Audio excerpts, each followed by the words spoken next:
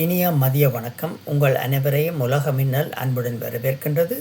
இன்றைய தலைப்பாக நாங்கள் பார்க்க போவது ஒரு முக்கியமான விடயம் என்னவென்றால், வருமானம் ஏன் மிகவும் அவசியம். வருமானம் என்பது வெறும் பணம் மட்டுமல்லது, அது நம்முடைய வாழ்க்கை, ஆரோக்கியம், சுதந்திரம் மற்றும் எதிர்காலத்தை தீர்மானிக்கும் ஒரு அடிப்படை சக்தியாகும். முதலாவது, தினசரி வாழ்க்கை நிலைத்தன்மை. முதலில் வருமானத்தை நமக்கு வாழ்வதற்கு அவசியம். உணவு, வீடு, உடை, போக்குவரத்து, மருத்துவம், இந்த அடிப்படை தேவைகள் இல்லாமல் மனிதன் வாழ முடியாது. இது எல்லாவற்றுக்கும் பணம் தேவை. அந்த பணத்தை தருவதுதான் வருமானம். ஒரு நிலையான வருமானம் இருந்தால் மாத பில்கள், மாத கட்டணங்கள் கட்ட வேண்டியவை பற்றிய பயம் குறையும். எதிர்பாராத செலவுகளுக்காக அவசரம் சேமிப்பு செய்ய முடியும். வாழ்க்கையில் ஒரு நம்பிக்கை உருவாகும். இதுவே நிதி நிலைத்தன்மை.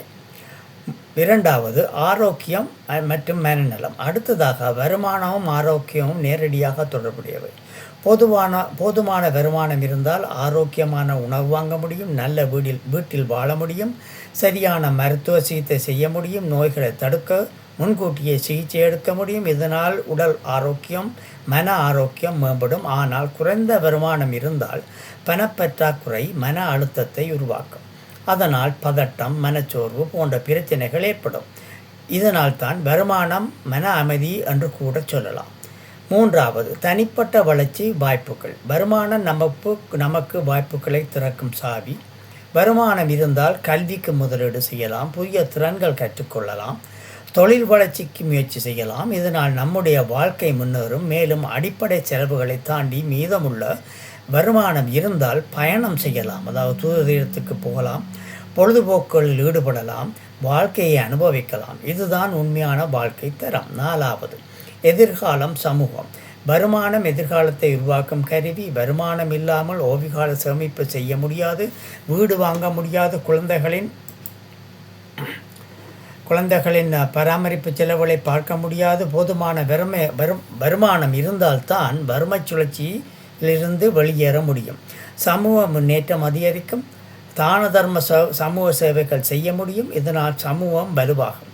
ஐந்தாவது, வருமானம் என்றால் என்ன? பொதுவாக வருமானம் என்பது ஒரு தனிநபர் அல்லது நிறுவனம் வேலை, சேவை, பொருட்கள் விற்பனை அல்லது முதலீடு மூலம் பெறும் மொத்த பணம் ஆகும்.